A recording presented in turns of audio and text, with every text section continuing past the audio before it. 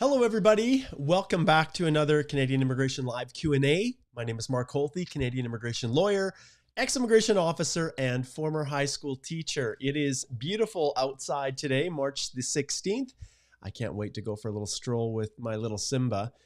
And by the way, there will be times, I can guarantee, where the little Giffer is going to be jumping up on my lap and heading over to the window because that's his favorite roosting spot as he looks outside and watches the cars go by. So this is real. This is the world we're in now.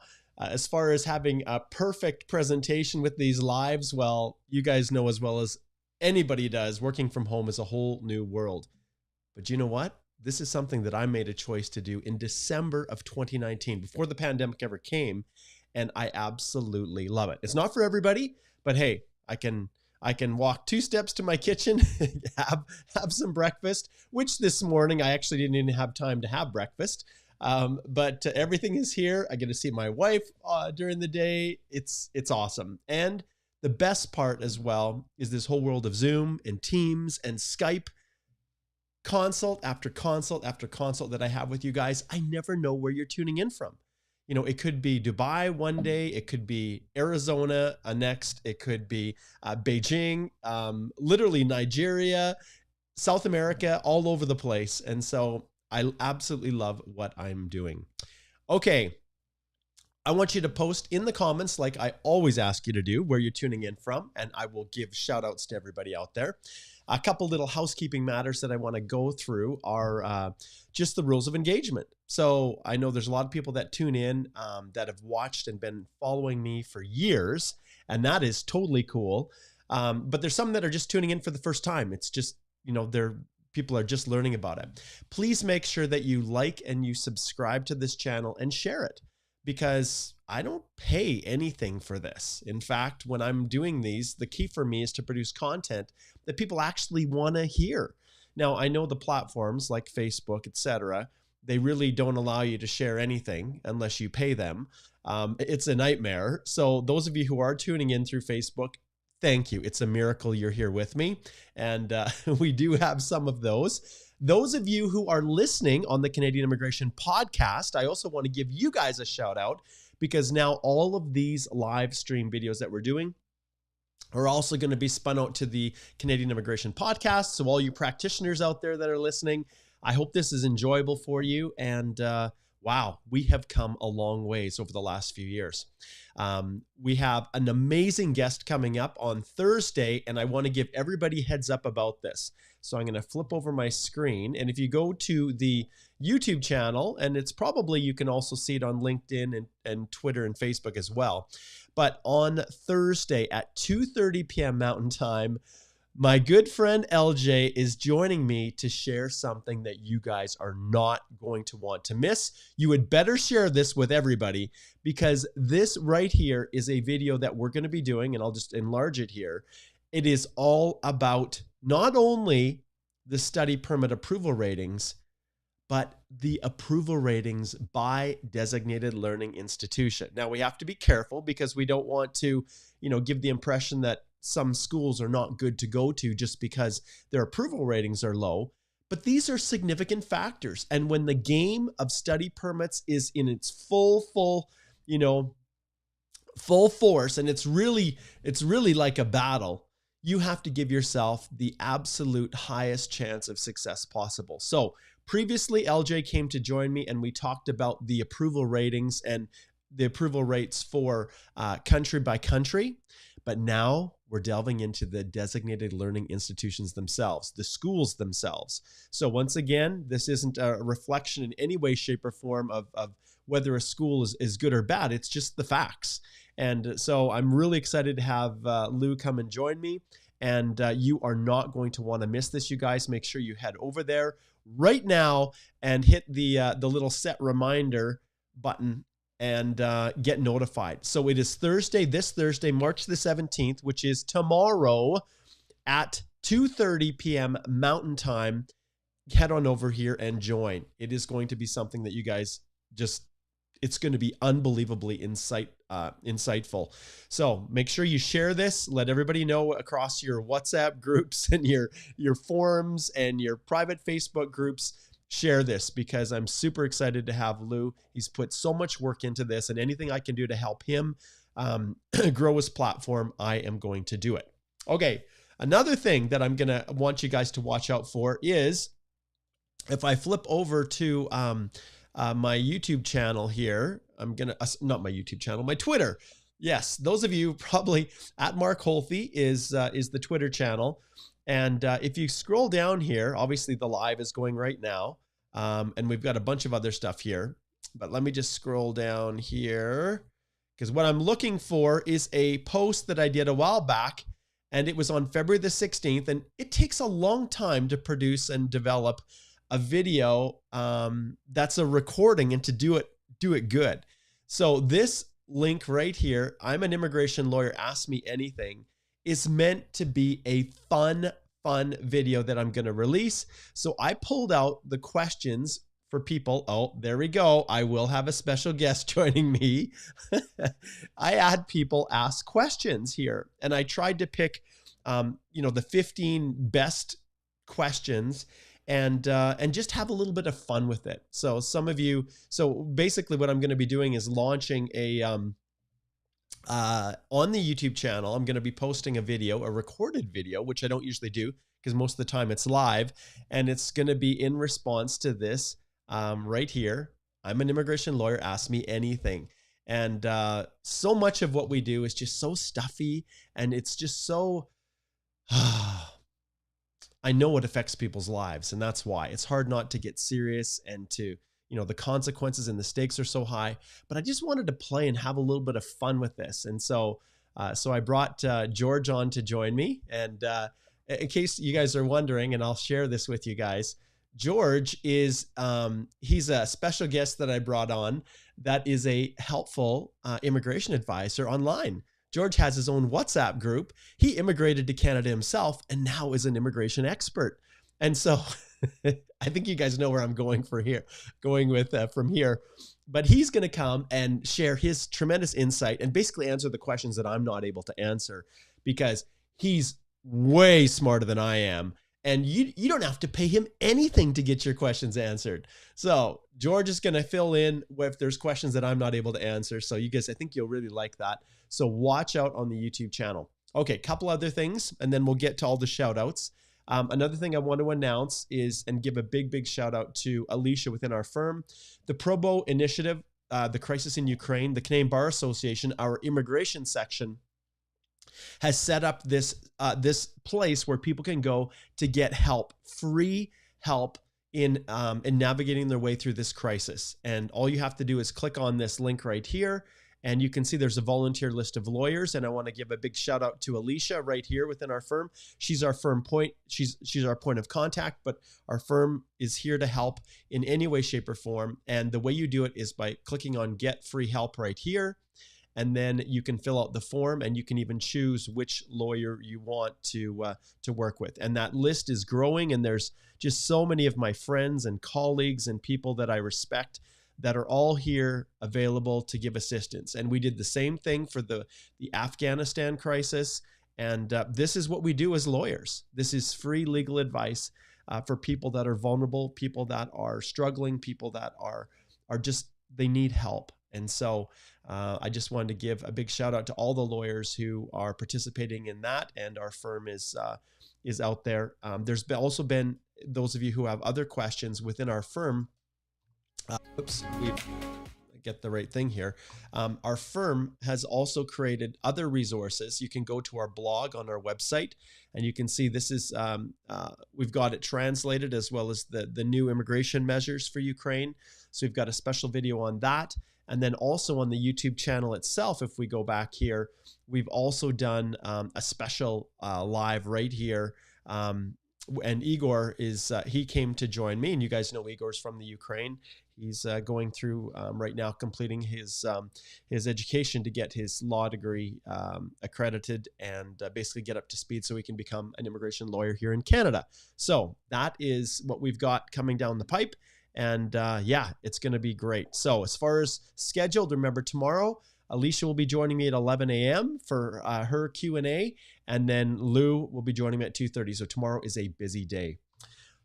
That's what we're doing here within the Canadian Immigration Institute and Holthe Immigration Law. So let's see who we've got here. As always, Thesura, good to see you. Amit is down in Virginia, a repeat follower. Great to see you. Miller, good day to you. Winston DeSouza, hello. And Ralph says he likes the intro. Thanks, Ralph. Ralph is my brother from another mother. Omar, hello to you. Let's see. We've got Fallon. I wish we can see him. Yes, that's going to be awesome. Okay, and then if you have questions, hang tight. We will get to those questions in just a little bit. Fernando's down in Panama City. You know what, Fernando? I don't know if we've had someone from Panama City for a long time, so it's great to have you joining us. Let's see who else we have here. Daniel, there we go, Facebook. He's watching on the Canadian Immigration Institute Facebook page. The group, when you post in there, for whatever reason, I can't see who you are. So Danielle, it's good to see you. Hey, it's my absolute pleasure. And if this is one thing that I can do to help people and to give back, then I'm going to do it. You guys have been so good to me, so good to my family, so good to my firm. You know, we make our living off of providing help to people struggling through the Canadian immigration process. And so when I have individuals that, you know, express appreciation, it makes all the difference in the world. And right back at you, Daniel. May God bless you and your family every bit as much. All right. Okay, Solomon's over in Abu Dhabi. Excellent. Violetta. Oh, excellent. From the UK. Thanks for connecting in. Jody is in Derby, UK. Fantastic. Kathmandu, Pravesh. Awesome. Thanks for joining. And then we've got some awesome emojis. We got some roses there. We got some maple leaves. We got a whole bunch of things here. So good to see you, Jahangir, as well. We've got Gooner Boy.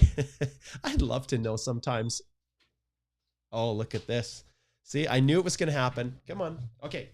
There we go. Say hello. Poor Simba got, he had a bunch of mats. Seriously, I have to have the blind open? All right. Okay. There we go. He's coming to visit me. My wife is has to run some errands, and so Simba was joining me. He's my wingman here. But yeah, he got royally shaved. Poor Simba. It was his birthday 2 days ago. He turned 2. But anyways, he was so shaggy. Oh my goodness, he was so shaggy. And he had some mats that we just couldn't comb out, and so they had to shave him down. And yeah, he's feeling it. So there you go. But yeah, back on topic here. Gooner Boy, I'd love to hear the story behind some of you guys' handles. That is hilarious. Okay.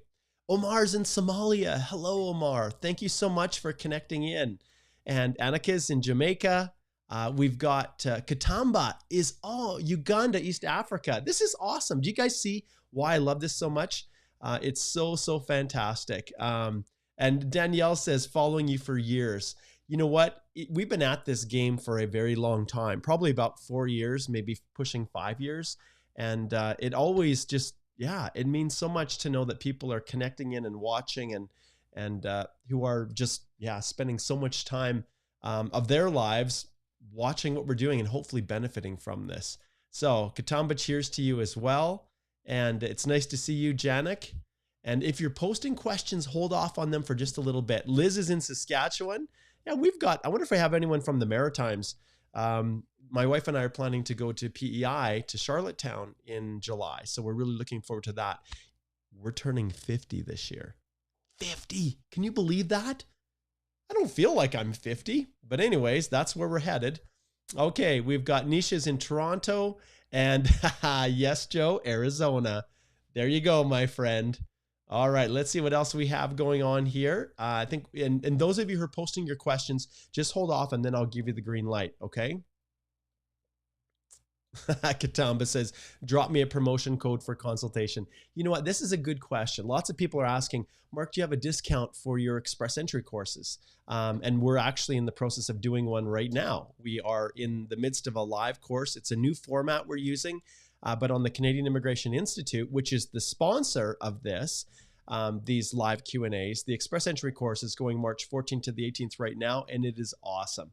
And this course, is now we're not doing it in Facebook anymore. I've finally been able to move out of Facebook, and I'm hosting it in our own community group. And it's awesome. It's yeah, I'm so excited. There's a great group of people that have joined in now. And right now, obviously, for obvious reasons, the Express Entry process has slowed. And so I don't have nearly as many people that are subscribing to the classes as I did before. So the cohorts, the class sizes are a lot smaller, which allows me to do some interesting things. We can really dive in deep with issues. But even then, all of the material and resources available for life. And those of you who also, you can see I have an affiliate program for those who are alumni. I'll just remind you guys that you can become an affiliate, and anyone that you refer that takes the course, you receive 30% of the sales when people purchase through your unique affiliate link. And we've kind of figured it out now, so it's set up properly so that people can have a static link that never changes. Because before we used to funnel through the courses and create new courses for every cohort. But right now, that's not the case. I also want to let everybody know that we have CPD credit now. For RCIC consultants. And I'm also working on getting the accreditation for next week's class, which is the spousal sponsorship course that starts March the 21st to the 25th. So if you haven't done that, head over and subscribe to that. All right. So when it comes to discounts, my discount is really here. So I try to give as much as I can. You know, there's very few other lawyers or consultants that do this, that just spend every week, you know, offering free advice and direction and all of the stuff that I do online for free. That is what I give back. When it comes to my actual time and the one-to-one support, those things I don't discount. And so if you do want to book a consultation, then, and if I flip back here, all you need to do is click speak to a lawyer, and then you can choose which of the lawyers, and we're all immigration lawyers, which of the lawyers that you want to book your consult with. And there's options, and there I am right down there as well. So definitely, if that is something that you'd like to do, there's nothing we love more than working directly with people. Okay, let's see who else we've got here, and then we will jump into some questions in just a second. Pravesh, yes, is in Kathmandu. Noor's over in Algeria. Hello, Noor. Great to see you again. Manassi's in Toronto. Spider-Man is back in the house. And Solomon's over in Abu Dhabi. And Eric's in Riyadh, Saudi Arabia. Hello, Eric. Good to see you.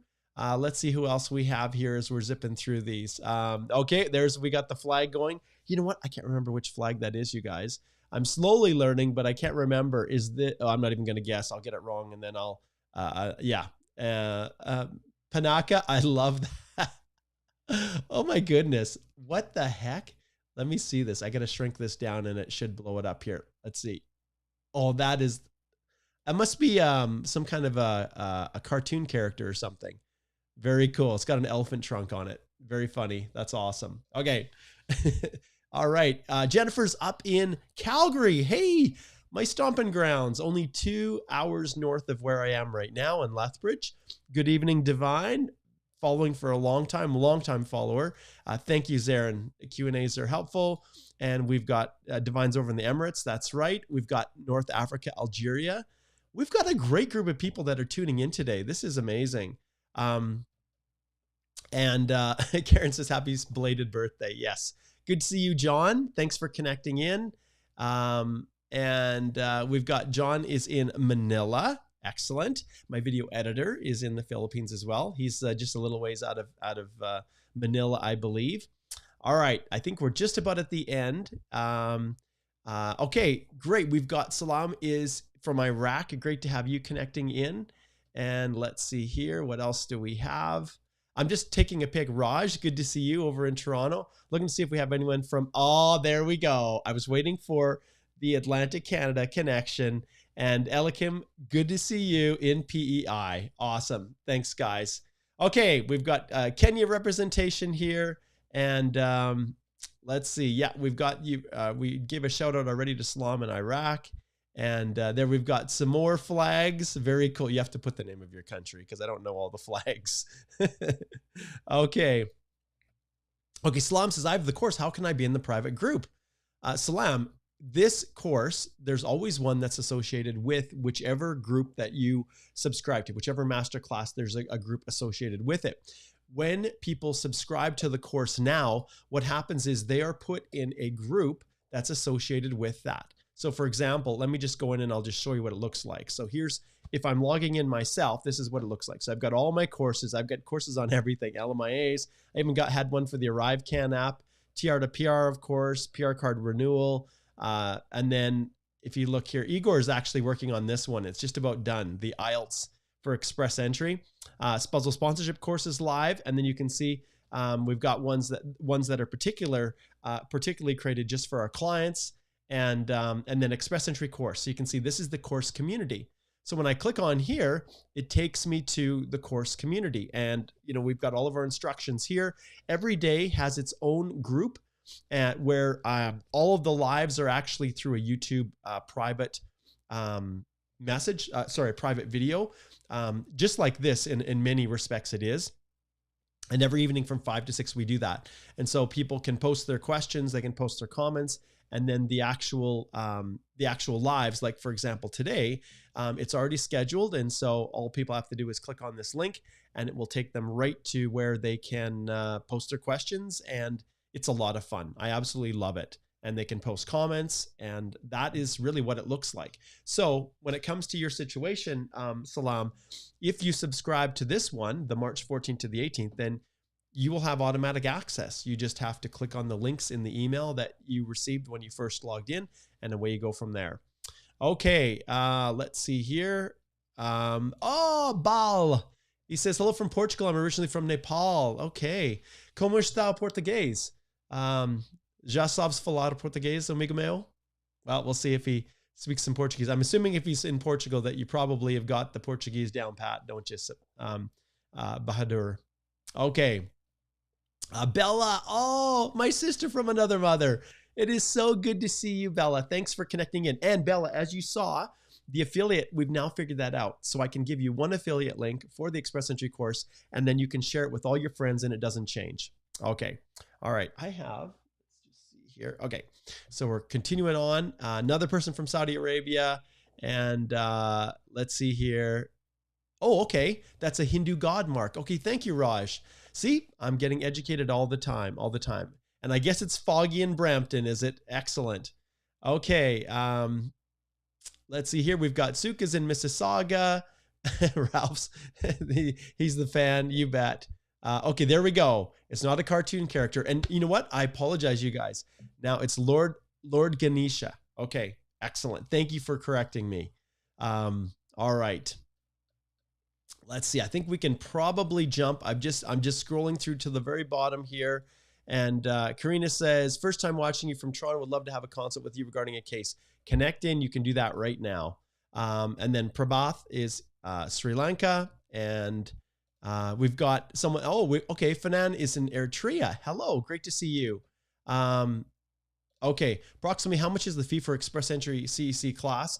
Do you know what, you guys? I'm going to dive into the questions right now because I don't want to waste any more time. I want to be able to give as much time as possible to answer all of your questions, but I'll just show you quick here. If you go to the website, you can get all of the information on holthylaw.com. So if you go to our team, our legal fees are even posted here, so you can see what we charge for our special, unique, collaborative process.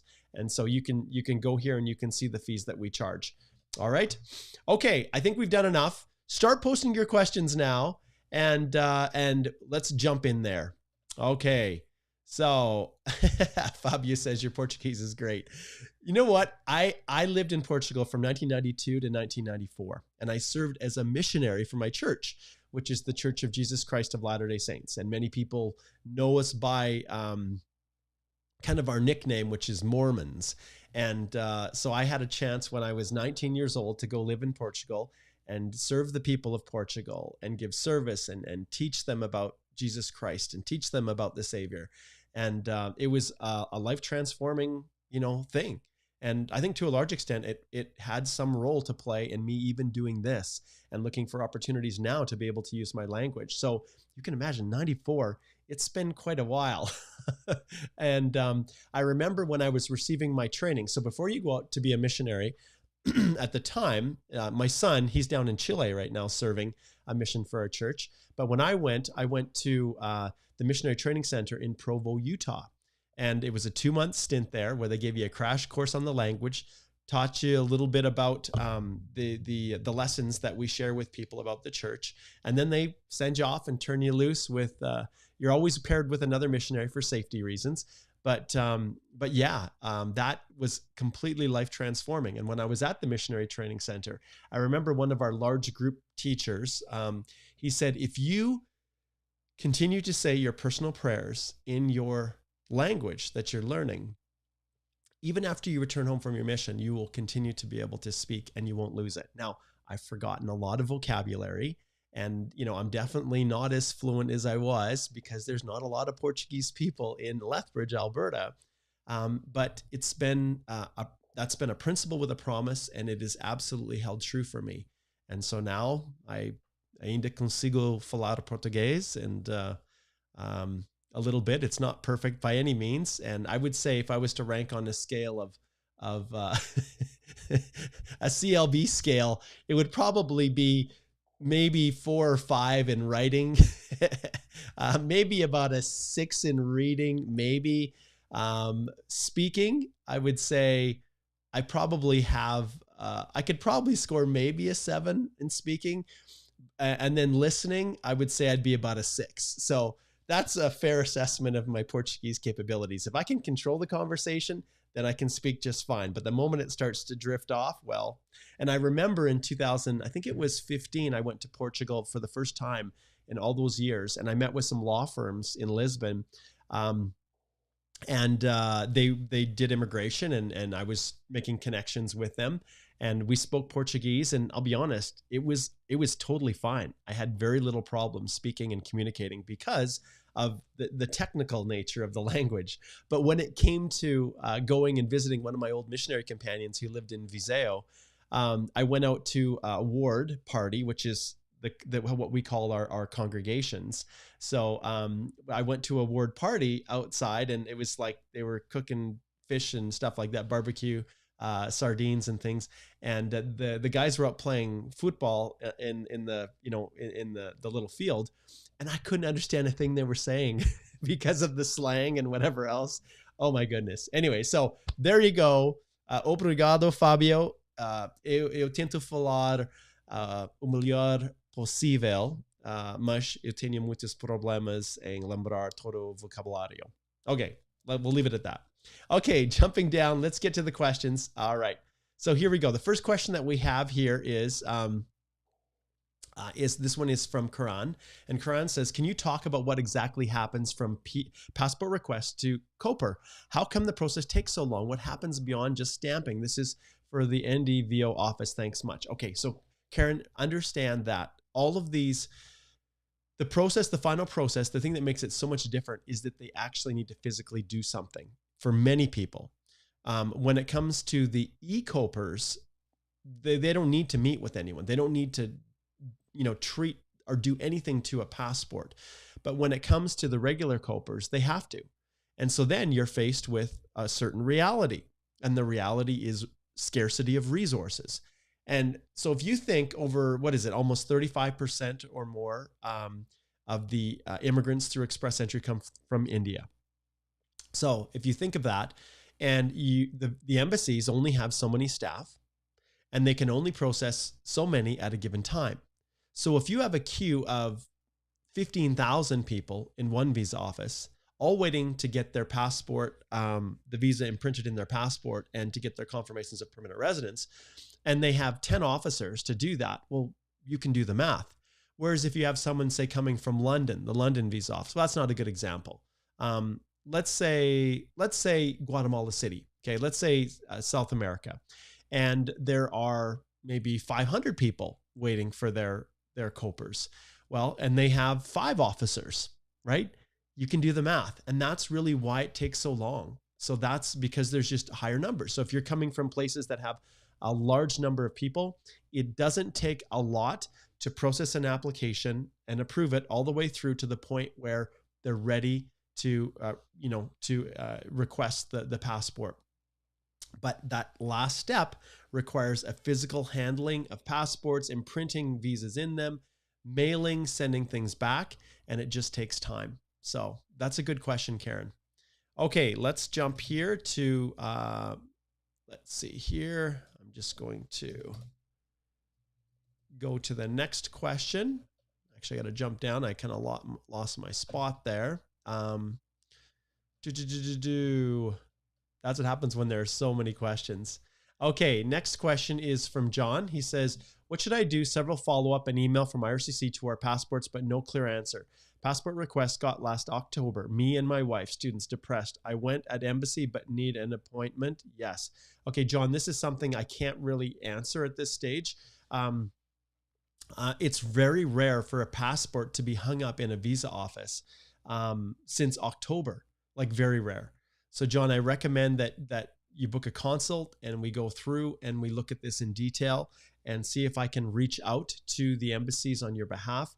At times I can get program manager email addresses and follow up, because it's very unusual to have a passport stuck for that long. I'm just trying to figure out here. Passport got last October. Me and my wife, students, depressed. Is this, so I guess the question is this a study permit? Or is this a permanent resident application? I'm just looking here to see. So I recommend, John, that you book a consult. Okay, Newton is in Edmonton. Great, from Kenya. Just want to know about the licensing requirement for the professional occupations for the Alberta Opportunity Stream. Is it compulsory for all professions? So this is a good question. Let's jump over here and I'll show you. Let's see if I can find it. This is kind of on the fly, so bear with me.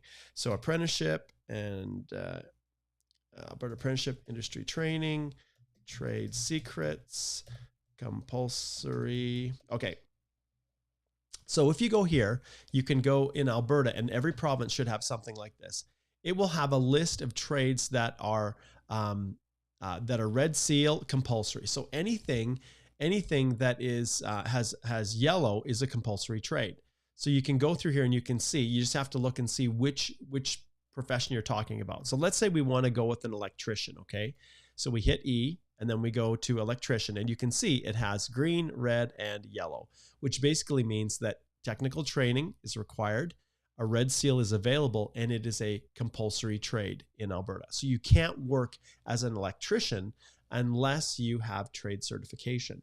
Another way of figuring this out is to go to the NOC, and this is another pretty easy way to go. So I'll pull up the NOC 2016, and I'll open this up. And then I will go right to electrician. We'll just search here, job title. There. Okay. Electrician, and then we'll search, and then we'll pull it up. There it is right here. So 7241. And then when we open this up, you will see at the bottom, and this is really probably the easiest way to tell. So if you go to the employment requirements, you will see here that it talks about trade certification. So trade certification for construction electricians is compulsory in Alberta and all of these other provinces. Trade certification for electricians, domestic and rural, is compulsory in Newfoundland, Labrador, and Ontario. So, and you can see for machine builders, and the red seal is available, but for construction electricians, so people who are building, building construction projects, it is mandatory in Alberta to work in that field to have that trade certification. Okay. So there you go. That was an interesting question. Newton, well done. I'll give you an applause, and I'll have a little drink here in my tiny drink cup.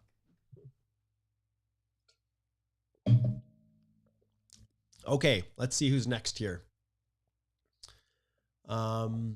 Okay, yes, and Karina, I think we connected, so just head on over to the website. You can easily do that just by clicking on Speak to a Lawyer, and it will take you right here. Speak to a Lawyer here, and it will take you to book a consult, and we would love to connect with you, Karina. All right, let's see. Prabhath is over in Sri Lanka. Hello, Prabhath. Okay, here's a good one. Nirmal says, I want to book a consult, but want to know who's the best person to consult in your firm if I have questions related to certifications and qualifications. Well, the reality is all of us have capabilities in this. For example, if you look, Alicia, she's been practicing for 2 years longer than I have. Chanel is new to the firm, but she has a ton of experience that she's built up over this last stretch.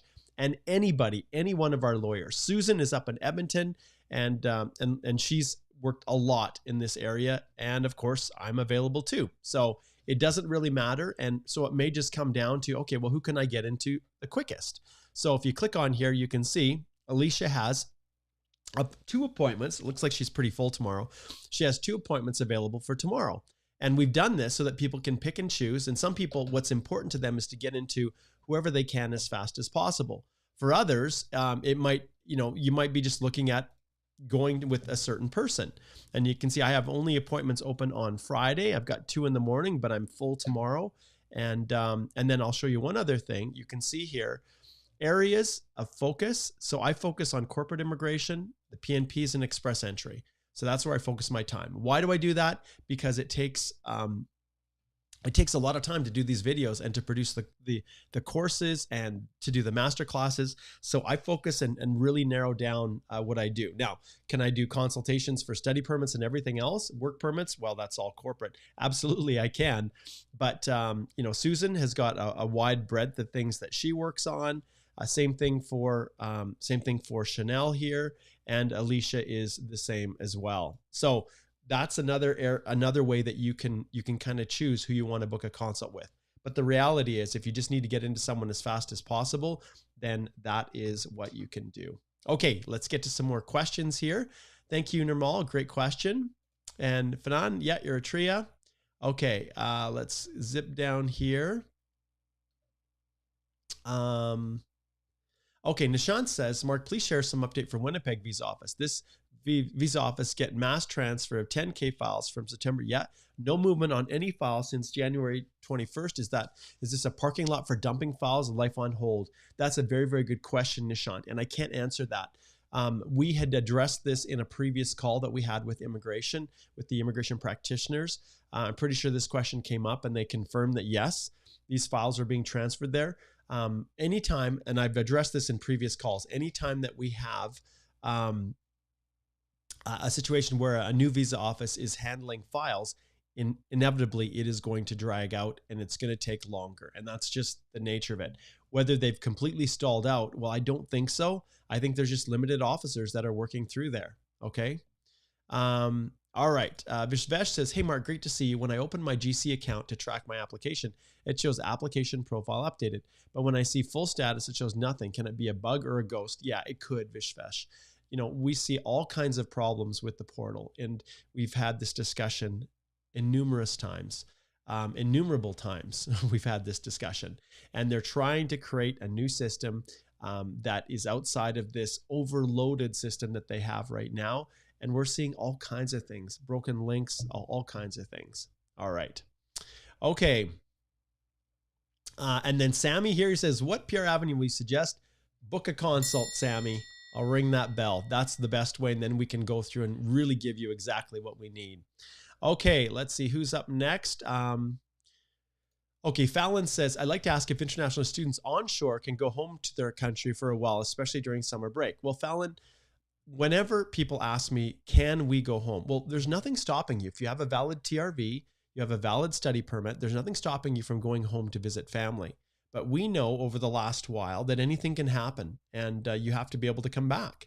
And let's say there's some new outbreak of a new COVID variant, and then we're in the situation where you're not able to return, and then everything is affected. So there's always a risk now of leaving, but as long as you have valid visas and valid study permits and you're continue to be enrolled, legally you can leave. If you want to ask and dive into this a little bit more deeper, Fallon, just go ahead and book a consult. Okay, let's see here. Fayaz says, it's been exactly 1 year. I've submitted my CEC inland application from the 75 draw. MP is saying that my eligibility is under review, how long it will take to process my application. This is a question that I probably get more than any other, hands down. Now, 1 year, I would rec. So it says eligibility is under review. I'm assuming that's what the MP told you. You know, there was a large cohort. Do you have family overseas? So you're a CEC inland applicant, but you know, sometimes if you have dependents overseas, that can stall things out. But generally speaking, you should be hearing something. Sometimes countries, the background checks take longer just because of, you know, impacts of COVID or a whole host of other reasons. And so depending on what country you're coming from, the background checks can also take longer. So that could also be one of the factors. Okay. Okay, Manasi, this is a question that I actually answered in my my immigration help desk, the video that we did. Phil is just doing the video editing right now. But can we apply for a study permit after completing 1 year of postgrad? You can, but you're not going to get another postgrad, right? So if you choose to go back and study again, then understand you're not going to have, you know, an ability to obtain a new postgrad work permit. At least right now, there isn't any provision for that. So there's nothing stopping you from switching back and going back to school, but you need to demonstrate a very clear plan how this fits in. Okay, next CEC draw. Zoha, I've had lots of discussions about this as well, and I really think it's going to be more mid-year, the end of Q2. So we're March. So realistically, probably, you know, maybe April, May, June, maybe pushing into July.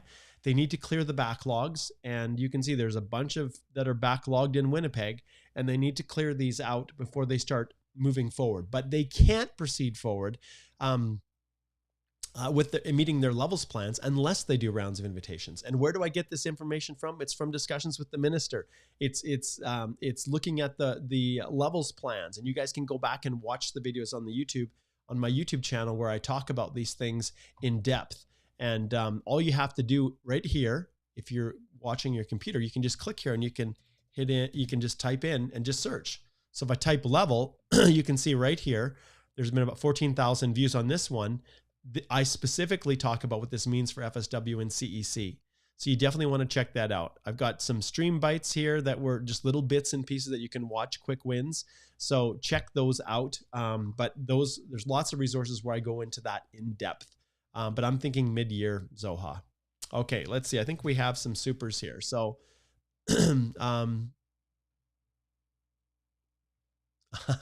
okay, Gooner. He says, I always chat in as Gooner Boy, as an Arsenal fan. Okay, but my name is Ramananda. Okay, excellent.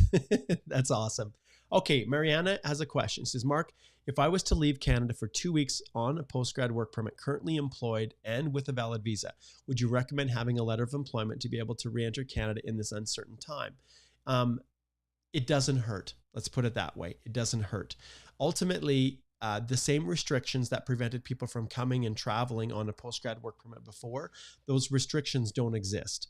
So the orders in council, those same provisions about essential travel only were in place during the pandemic when there was the lockdowns and the border closures.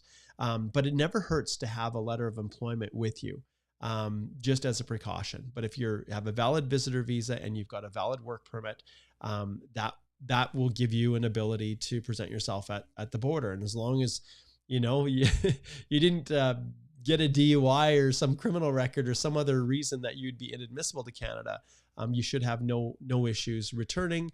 Once again, with all of the caveats about border closures and pandemics and all those kinds of things. Okay, great question, Mariana. Okay, let's see what we've got next here as we zip through this. Okay, let's see here if I can figure out where I left off. Okay. We have a lot of questions here. Okay. Merlin says he's from the Philippines. I'm in the process of creating my statement of purpose. Any pointers? What should be in it? Well, it's pretty simple. And actually, I want to share another thing. You guys really have to get over to our website. Okay, I'm gonna flip this over and I'm gonna go to blogs. Okay, Alicia did this phenomenal blog post right here. Top 10 reasons for a study permit Canada visa refusal. Okay, and if you scroll through this, you will see she goes through all of the issues that people run into, the most common one. And you're basically in your statement of purpose, you want to address these so that these are not your problems as much as possible. And so this will give you some great insight. So head on over there to holthylaw.com and check out that blog post. It will give you a lot of insight. But really, what is the whole nature of a study permit? The nature of a study permit is that you're coming to Canada to study temporarily. Even though Canada sees international students as some of the best immigrants, if you're applying and your application is being assessed by that horrible Chinook system, and triaged by Chinook, you have to make sure you don't have any glaring problems. And within your SOP, the most important thing is that you are explaining how this education is going to actually help you to return back home and obtain greater employment opportunities. Why the education you're taking in Canada maybe isn't available in your home country. How it is in line with your career plan and where you're going. So all of those things are really, really important. Yes, funds are important. And as we talked about, you had better be over here, Merlin, watching the video. And I'm going to just go to videos right here. Actually, maybe I should go back to the main one. Let me backtrack this. Okay, so right here, boy, now I'm having trouble here. I better type it in. It's not pulling it up.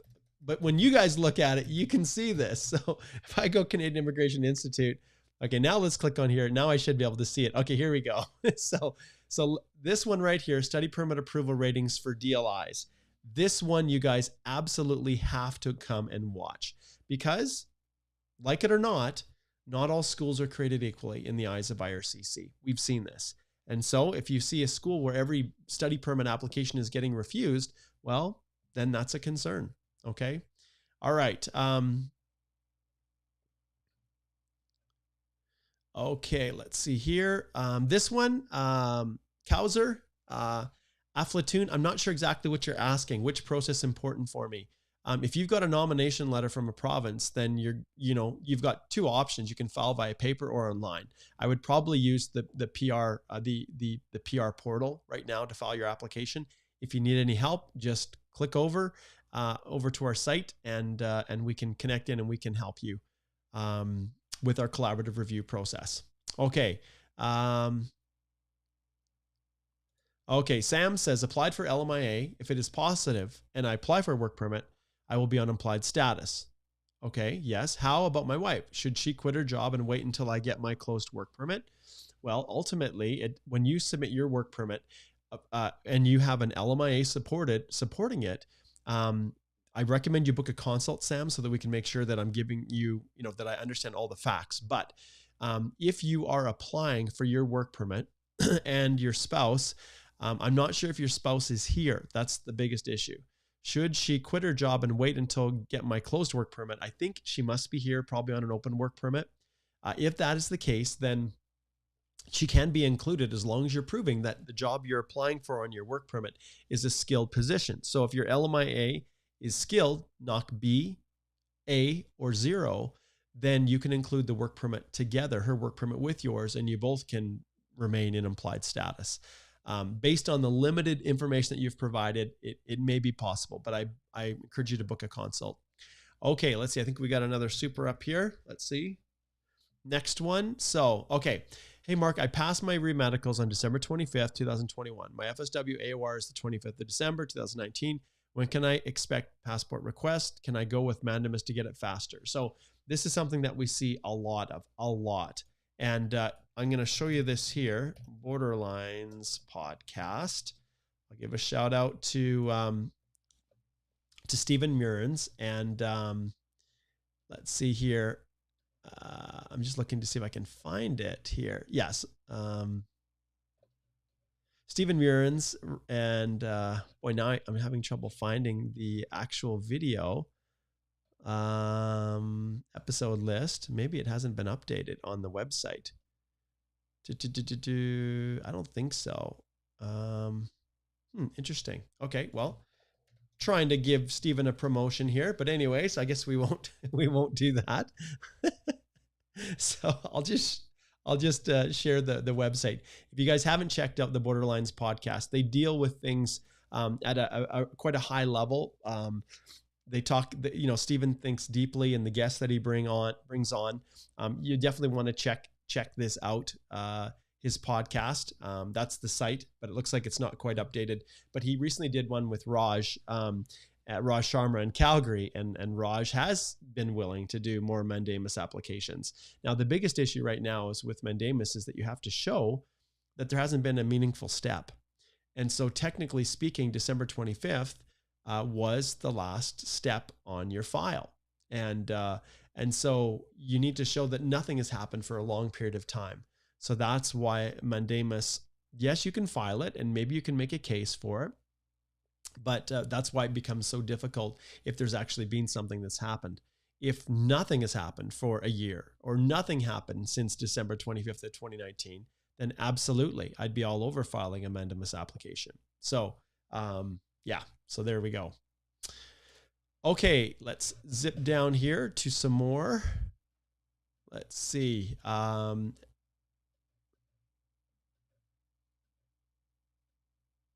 Oh, and we've got another person asking about mandamus. Guys, this is something that I within our firm, we refer these out to other firms. So we don't do mandamus right now within our firm. I refer you to other colleagues.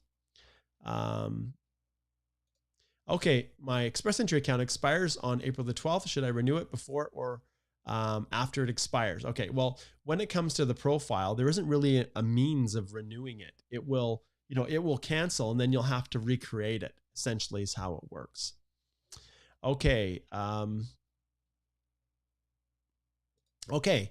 Minaj says, does the web form route work for sending missing documents in a spousal sponsorship online application? Yeah, it does. As long as you have the file number, then you can. The list is spousals are on the list. And just to, get everybody back on track here. So we're talking about the IRCC web form. And so if you go here and let's see if it even opens up. I've been having trouble with Chrome. Maybe you guys have too. Looks like, so the list here, if we click on here and then we go, you can see that sponsorship is here. So there's a bunch of different options that you can choose from. Sponsorship is on the list. So I click on here and then you can see it doesn't pull anything up, but, and I can't really share this. This is one of the weird things with this. So for example, if I go in Canada permanent residence, it should pull up another window here. So if you're experiencing this with your Chrome browser, then you may want to switch over and switch over to Safari, which I don't think RCC. I'm not sure if I can actually get this to work on the fly in the middle of our let's see if I can get this same size here so it's showing up properly. I'm going to try to see if I can switch this over. On the fly, guys. This is how we do this, on the fly. Okay, there's Safari. Okay, it's not as pretty here, but bear with me. So this is the Safari version of that. And as we scroll down here, and we then go here and we click on this, and then we choose sponsorship, you can see it pulls up the type of application right here. And then you can choose spouse, common law partner, or basically the family class living outside. So you're just going to choose which one. And then as you go through, you're going to make sure that you put your client ID and the application number in there. And then that will allow them to get you to the right spot. Okay. But yeah, I've noticed that with the Chrome browser, at least on my end, it's been giving me some grief. So, especially with the web form. So sometimes I have to upload through Safari or another one. And I'm sure there's hacks to get around it, but I'm tired of fighting it. So, okay, let's see. Tristana is asking, probably, is there going to be another TR to PR TR-PT. Not sure if that's, I don't think there's going to be another TR to PR pathway. I don't believe so. At least not based on where we're at with the backlogs and everything. Okay. Let's make sure I'm not missing any other supers here. Okay. We're good with that. Okay. We'll get to a couple more questions here. Let's see here. Let's see. So Ankit says, what are the checks besides eligibility, security, and criminality for FSW outline files? Well, if I look at this, there's medical. That plays a role. There is financial. You know, they make sure that you've got sufficient funds. All of those factors play in. And in my course, the Express Entry course, I actually went into depth yesterday in day 2, talking about this, the different things that they look at. And you can go to the Immigration and Refugee Protection Act. And, you know, I don't want to take up too much time to do this, but if we go to IRPA and pull up section 36 here, well, that's interesting. Oh, I know why, because I haven't switched this over. Just give me a second here. And Chrome. Boom, there we go. Okay, so when I search that and we go in here, you can see section 36 covers criminality, which is one of the things that they look at, but there's also other grounds. So if we go to table of contents and then we shift over here and we go to, just bear with me as I pull it up, Division 4. Division 4 is all about inadmissibility. So you can see through here, it covers a whole bunch of things, okay? Security, so terrorism, danger to the public, all those kinds of things, human rights violations. And then if we go to the next page, it covers the criminality and in addition, organized criminality like gangs and things like that. Then we've got health grounds, you could see, financial reasons, misrepresentation. So all of those things, you know, constitute to some extent or other factors that they can assess for admissibility. That was a good question, Ankit. Very good question. You great minds think alike, just like my students in the course. Okay. I think what we'll do here is I'll go with one last question and then we will wrap it up for today. And remember, tomorrow at 11, Alicia will be back with me. Okay. And I know lots of people are asking questions about processing times and I'm waiting, and just hang in there, guys. They are working through it. They are literally working through it. Let's see here. Trying to find a great question to end off with. Okay, we'll finish off with Kabachi here. So Kabachi says, the IMM 008, okay, Schedule A, does it need to be submitted by the applicant who has application in process and the sponsor spouse added later separately, and IMM 5609 by the sponsor only? Is that correct? Okay, so the biggest question that I always have is which PR application are you going through? So obviously Express Entry doesn't use these. So is this a spousal sponsorship, right? Is this a PNP application? That's really what it comes down to. So if you look at the different processes, background declarations themselves, the IMAB 008, the generic form, that one is completed by the applicant. And if you go through, I'm trying to think what the best way of doing this. Every application that you file has a guide associated with it. So if we go, let's go FS. I'm just trying to think what the best option would be.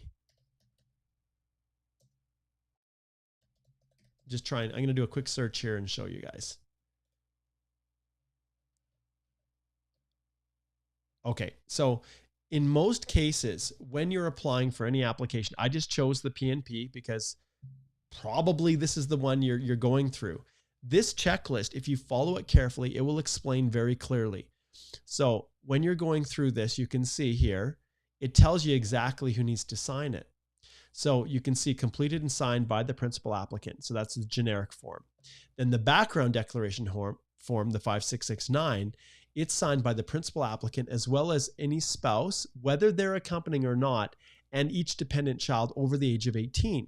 So the Schedule A, as well as down here, the family information form, those are the ones that also need to be dated and signed by everyone on the list: principal applicant, spouse, and any dependent over the age of 18. When it comes to dependents under the age of 18, You don't need to, like, there's no separate form that they have to include. They are included in the generic application form and the information that is included for the adults. So you don't need to worry about it. So I think that's probably, let's see. I think you also asked maybe about the supplementary information. Yeah, that was it for travels. So completed by the principal applicant, and you'll see on that form it actually includes the information for the spouse. So and adult children. So on that form, you're actually going to have everybody included on it. So and let's just see 5609. Let's see here. I just want to make sure that I am not missing anything. Canada form. And let's just open this up. You guys are making me work here at the end. That's okay. Okay. So, all right. I see where you get. Okay. Okay. Now I see where you're going here. Just give me a second here, because the form numbers, they can get messed up. So you've indicated 5609. Now you're messing with me because I think you probably got it wrong. So 5609 is actually the checklist for the old checklist for the Canadian Experience class. So I'm not sure which one you're referring to. I think I've probably answered it. I think I have. Okay. All right.